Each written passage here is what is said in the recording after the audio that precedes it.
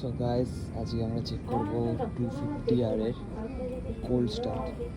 আবার বেরো ভাবছি যে সকালবেলা একবার বেরাতে হবে। ইগনিশনের জন্য আমরা প্রেস করব। টেম্পারেচার একেবারেই নেই, এটা ফার্স্ট স্টার্ট চলছে। তো কোল্ড স্টার্ট দেওয়ার সময় 250 আর যেটা সবার থেকে বেশি মনে রাখতে হয় সেটা হলো বাইক অলওয়েজ সোজা করে কোল্ড স্টার্ট দেওয়া উচিত।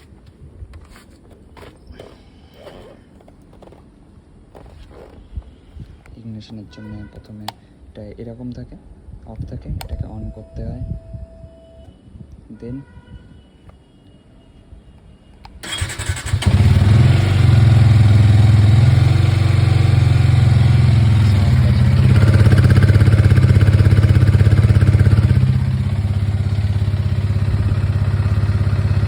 এখানে টেম্পারেচারটা এখনো ঠিকঠাক ওঠেনি, যতক্ষণ উঠবে ততক্ষণ। এটা হলো